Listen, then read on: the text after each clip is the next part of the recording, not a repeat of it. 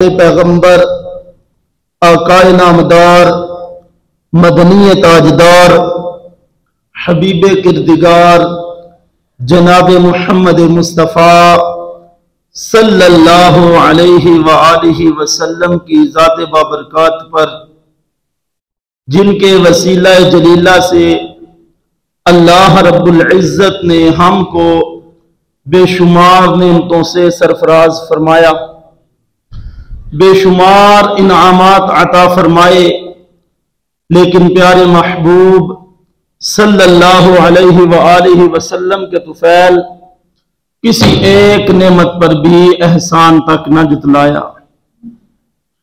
اللہ جل مجدہ الکریم نے اپنی لا ریب کتاب میں ارشاد فرمایا، وَثَانِيَ اثْنَيْنِ إِذْ هُمَا فِي الْغَارِ اِذْ يَقُولُ لِصَاحِبِهِ لَا تَحْزَنْ إِنَّ اللَّهَ مَعَنَا۔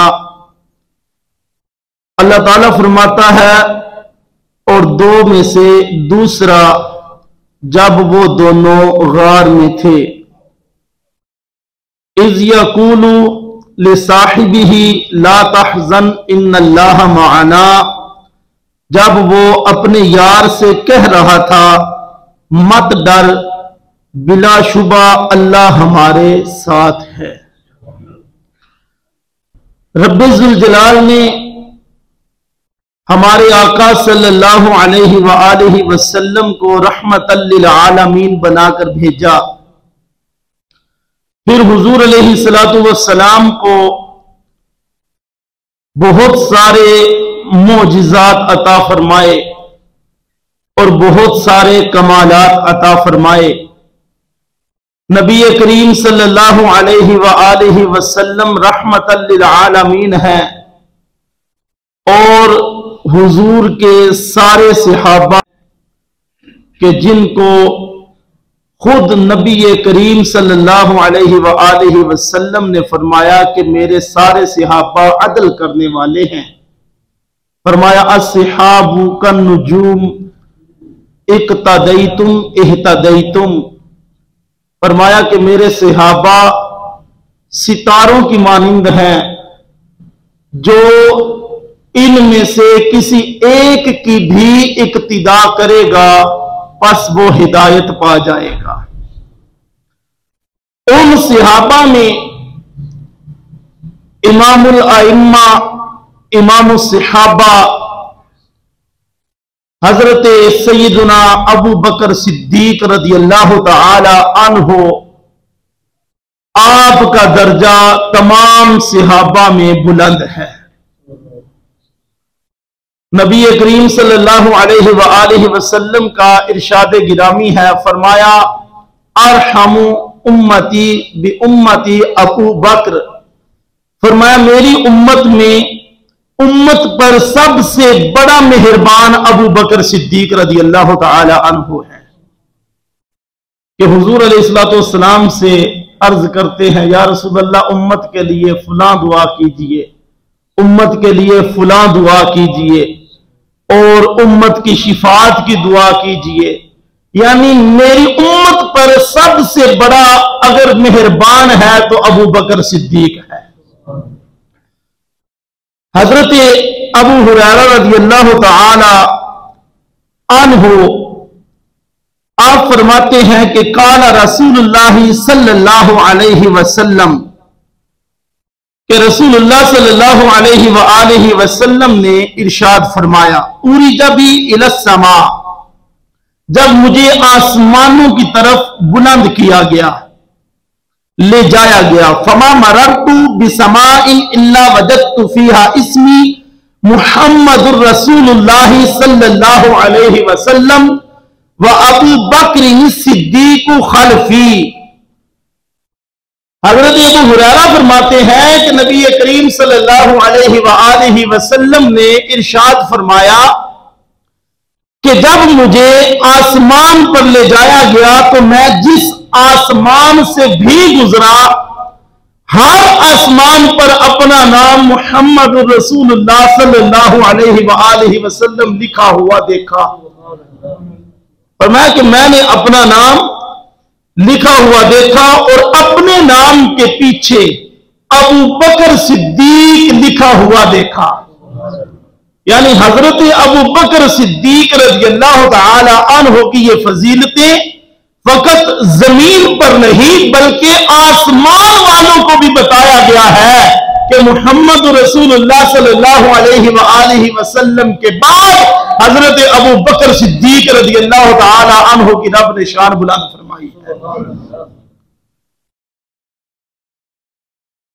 حضرت ابن عباس رضی اللہ تعالی عنہ، یہ حضرت عبداللہ ابن عباس ہیں جو حضور کے چچا کے بیٹے ہیں، فرماتے ہیں کہ قالا خرج رسول اللہ صلی اللہ علیہ وسلم فی مرضہ الذی مات فیہ. فرماتے ہیں کہ رسول اللہ صلی اللہ علیہ وسلم اپنے مرض وفات میں باہر تشریف لائے. یعنی جس وقت حضور علیہ السلام کی طبیعت کافی ناساز تھی اور اس کے بعد حضور کا وصال ہو گیا، تو ایک دن حضور تشریف لائے. آپ نے کپڑے سے اپنا سر باندھا ہوا تھا، منبر پر بیٹھ گئے. فقعد علی المنبر فحمد اللہ وثنا علیہ. آپ منبر پر بیٹھے اور آپ نے اللہ تعالی کی حمد و ثنا بیان فرمائی. ثم قال انه ليس من الناس احد امن علي في نفسه وماله. تو فرمایا لوگوں میں سے ابو بکر بن ابی قحافہ سے بڑھ کر مجھ پر کسی ایک کے بھی جانی اور مالی احسانات نہیں ہیں. انه ليس من الناس احد، کسی ایک کے بھی کوئی مجھ پہ احسان نہیں سوائے ابو بکر ابن ابی قحافہ کے. وَلَوْ كُنْتُ مُتَّخِذًا مِنَ النَّاسِ خَلِيلًا. یہ ایک بلند ٹائٹل ہے جو رب کے حبیب مسجد نبوی شریف کے منبر پر بیٹھ کر صحابہ کرام کی مجلس کے اندر حضرت ابو بکر صدیق رضی اللہ تعالی عنہ کو عطا فرما رہے تھے. کیا فرمایا؟ فرمایا وَلَوْ كُنْتُ مُتَّخِذًا مِنَ النَّاسِ خَلِيلًا لَاتَّخَذْتُ أَبَا بَكْرٍ خَلِيلًا. فرمایا اگر میں لوگوں میں سے کسی کو خلیل بناتا تو میں ابو بکر صدیق کو خلیل بناتا. خلیل کہتے ہیں تنہائی کے ساتھی کو، جس کے ساتھ ہر راز و نیاز کی بات کی جائے اور جس پہ اعتماد ہو، جس کو جو بات وہ کسی کی زبان سے محبوب کی سنے اس بات کی بھی تصدیق فرما دے.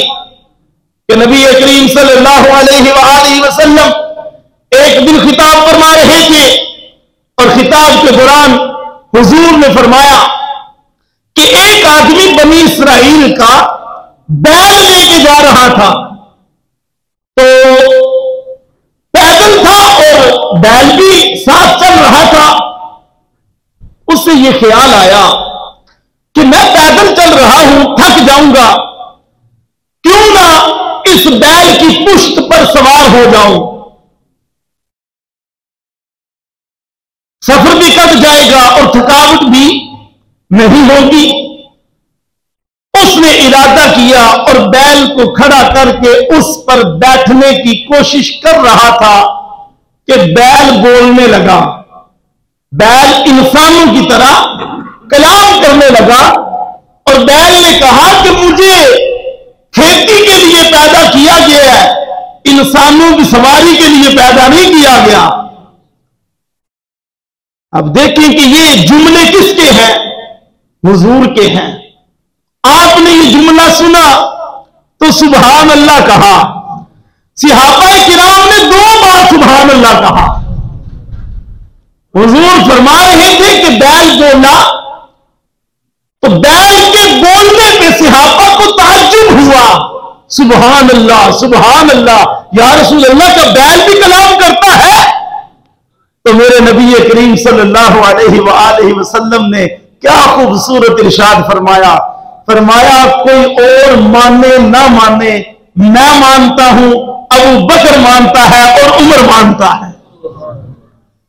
یعنی اب حضرت ابو بکر اور عمر اس محفل میں موجود نہیں تھے، لیکن پھر بھی حضور اعتماد بیان کر رہے ہیں کہ مجھے ابو بکر و عمر پہ اتنا اعتماد ہے، کوئی دنیا کا فرد مانے نہ مانے، جب میں نے کہا میں نے مانا، ابو بکر نے بھی مان لیا، عمر نے بھی مان لیا۔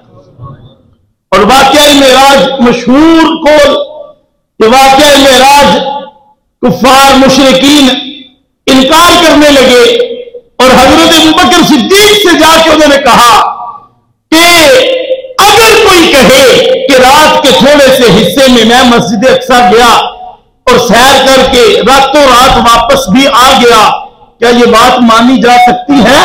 تو آپ نے کہا نہیں مانی جا سکتی۔ تو انہوں نے کہا تیرے یار نے کہا ہے۔ تو حضرت ابوبکر صدیق کہنے لگے کوئی کہے تو نہیں مانی جا سکتی، میرا محبوب کوئی تو نہیں ہے نا۔ آج ہم جتھے دل لگ جائے اتھے عیب نظر نہیں آتا۔ حضرت ابوبکر صدیق رضی اللہ تعالی عنہ ہم راز مصطفیٰ ہیں۔ تو نبی کریم صلی اللہ علیہ وسلم ارشاد فرماتے ہیں وَلَوْ كُنْتُ مُتَّخِذًا مِنَ النَّاسِ خَلِيلًا لَاتَّخَذْتُ أَبَا بَكْرٍ خَلِيلًا، اگر میں لوگوں میں سے کسی کو اپنی تنہائی کا ساتھی خلیل بناتا تو میں ابو بکر کو خلیل بناتا، وَلَكِنْ خُلَّةُ الْإِسْلَامِ، فرمایا لیکن اسلامی دوستی افضل ہے، اسلامی دوستی افضل ہے۔ جہاں خلیلہ کی بات تھی میں بناتا ابو بکر کو، لیکن اپنا خلیل رب ذوالجلال کو بنایا ہوا ہے۔ فرمایا سدو انی کل خوخۃ فی ھذا المسجد غیر خوخۃ ابی بکر۔ بخاری شریف کے اندر یہ الفاظ موجود ہے کہ نبی کریم صلی اللہ علیہ وآلہ وسلم نے ارشاد فرمایا کہ میری طرف سے مسجد میں آنے والی ہر کھڑکی بند کر دو، ابو بکر کی کھڑکی کھلی رہنے دو۔ یعنی صحابہ کرام کے گھر مسجد کے ارد گرد تھے، اور انہوں نے سہولت کے لیے مسجد کے اندر اپنی کھڑکیاں یعنی دروازے رکھے ہوئے تھے کہ نماز کا وقت ہوتا مسجد میں آ جاتے تو حضور نے فرمایا سارے دروازے بند کر دو، ابو بکر کا دروازہ کھلا رہنے دو، ابو بکر کو مسجد میں آنے کی ہر وقت اجازت ہے۔ اسی طرح نبی کریم صلی اللہ علیہ وآلہ وسلم کا یہ فرمان حضرت ابو درداء رضی اللہ تعالی عنہ روایت کرتے ہیں کہ قال النبی صلی اللہ علیہ وسلم ان اللہ بعثنی الیکم فقلتم کذبت وقال ابو بکر صدق وواسانی بنفسه وماله فهل انتم تارکونی صاحبی۔ بخاری شریف کے اندر یہ حدیث شریف موجود ہے کہ حضرت ابو درداء رضی اللہ تعالی عنہ فرماتے ہیں کہ نبی کریم صلی اللہ علیہ وآلہ وسلم نے فرمایا بے شک اللہ تعالی نے مجھے تم لوگوں کے پاس بھیجا، تم سب نے کہا تم جھوٹے ہو، ایک ابو بکر تھا جو کہتا تھا محبوب تم سچے ہو۔ تم نے دلیل مانگی نبوت کی، کسی نے کہا معجزہ دکھاؤ، کسی نے کہا دلیل دو۔ ابو بکر وہ ہے جس نے دلیل نہیں مانگی، بلکہ جب میں نے کہا ابو بکر میں رب کا رسول ہوں، ابو بکر نے فوراً کلمہ پڑھا اور مسلمان ہو گئے۔ فرمایا تم کہتے تھے جھوٹے ہو، ابو بکر کہتا رہا وہ سچا ہے، اور اس نے اپنی جان اور اپنے مال کے ذریعے میری مدد کی، کیا تم لوگ میری خاطر میرے یار سے باز رہو گے؟ اب حضور آنے والے وقت کے احوال سے واقف ہیں کہ آنے والے وقت میں لوگ حضرت ابوبکر صدیق پہ اعتراض کریں گے۔ بھلا دیکھو تو صحیح، 40,000 50,000 روپیہ لے کے ایک بندہ خطاب کرنے جاتا ہے اور جا کے تنقید کس پہ کرتا ہے؟ حضرت ابوبکر صدیق پہ۔ کس پہ؟ حضرت ابوبکر صدیق پہ۔ حضرت ابوبکر صدیق وہ ہیں جب کوئی غلام ایمان لاتا اور اس کا آقا اسے تنگ کرتا، حضرت ابوبکر صدیق اپنا مال دے کے اس غلام کو آزاد کرا لیتے تھے۔ 40,000 دینار حضرت ابوبکر صدیق رضی اللہ تعالی عنہ نے اس کام کے لیے اسلام کی خاطر خرچ کر دیے۔ 40,000، اور اس وقت 1 دینار کی بکری مل جاتی تھی، 1 دینار کی بکری مل جاتی تھی۔ 40,000 بکریوں کا حساب آج لگائیں نا کتنے کی بنتی ہیں۔ حضرت ابوبکر صدیق نے اس دور میں 40,000 خرچ کر دیے۔ آج 40,000 روپیہ لے کے بندہ اس ابوبکر صدیق پر اعتراض کرے جس نے اپنا جان و مال مصطفیٰ کے لیے قربان کر دیا تھا۔ جب وہ اعلان ہوا کہ اسلام کو تمہارے تعاون کی ضرورت ہے، تو اس دن حضرت عمر رضی اللہ تعالی عنہ کا یہ قول جامع ترمذی کے اندر موجود ہے کہ قال امرنا رسول اللہ صلی اللہ علیہ وسلم ان نتصدق ووافق ذلك عندي مالا۔ حضرت عمر فاروق فرماتے ہیں کہ ایک مرتبہ نبی کریم صلی اللہ علیہ وسلم نے ہمیں صدقہ کرنے کا حکم دیا، اور فرماتے ہیں کہ ووافق ذلك عندي مالا، ان دنوں میرے پاس مال بھی بڑا تھا۔ فقلت اليوم اسبق ابا بکر سبقته یوما، کہنے لگے کہ میں نے سوچا پہلے تو کبھی ابو بکر سے نیکیوں میں نہیں بڑھا، آج میں ابو بکر سے نیکیوں میں بڑھ جاؤں گا۔ ہم تو 2 دن 4 کے چکر میں ہے نا صاحب کہ میرا گھر بڑا بن جائے، دوسرے نے بڑا بنایا میں اس سے بھی 1 فٹ اونچا کر لوں، اور اس کے پاس گاڑی ہے میرے پاس بھی بڑی آ جائے۔ لیکن صحابہ کرام کا مزاج دیکھیں، صحابہ یہ کوشش کرتے کہ اس نے نیکی کی ہے میں اس سے زیادہ کر لوں۔ حضرت عمر کہتے ہیں کہ جب حضور نے حکم دیا صدقہ کرو تو میں نے سوچا کہ مال کافی ہے، ابو بکر سے نیکیوں میں کبھی آگے بڑھا نہیں ہوں، آج ابو بکر سے میں نیکیوں میں آگے بڑھ جاؤں گا۔ تو فرماتے ہیں فقالا فجئت بنصف مالی، تو میں چلا گیا گھر، آدھا مال اپنے گھر کا ایک طرف کیا، آدھا مال لے کے حضور کی بارگاہ میں حاضر ہو گیا۔ مال میرے پاس کافی تھا، آدھا آدھا کیا، آدھا گھر والوں کے لیے اور آدھا مصطفیٰ جان رحمت کے حکم پہ صدقے کے لیے۔ جب میں لے کے حاضر ہوا فقال رسول اللہ صلی اللہ علیہ وسلم ما ابقیت لأہلک، تو حضرت عمر فرماتے ہیں کہ رسول اللہ صلی اللہ علیہ وآلہ وسلم نے فرمایا کہ عمر اپنے گھر والوں کے لیے کیا چھوڑ کے آئے ہو؟ ابقیت لأہلک، کیا چھوڑا اپنے اہل و عیال کے لیے؟ فقلت مثلہ، تو میں نے عرض کی یا رسول اللہ جتنا لے آیا ہوں اتنا گھر والوں کے لیے چھوڑ آیا ہوں۔ وَأَتَى أَبُو بَكْرٍ بِكُلِّ مَالٍ عِنْدَهُ، اتنے میں یار غار آئے۔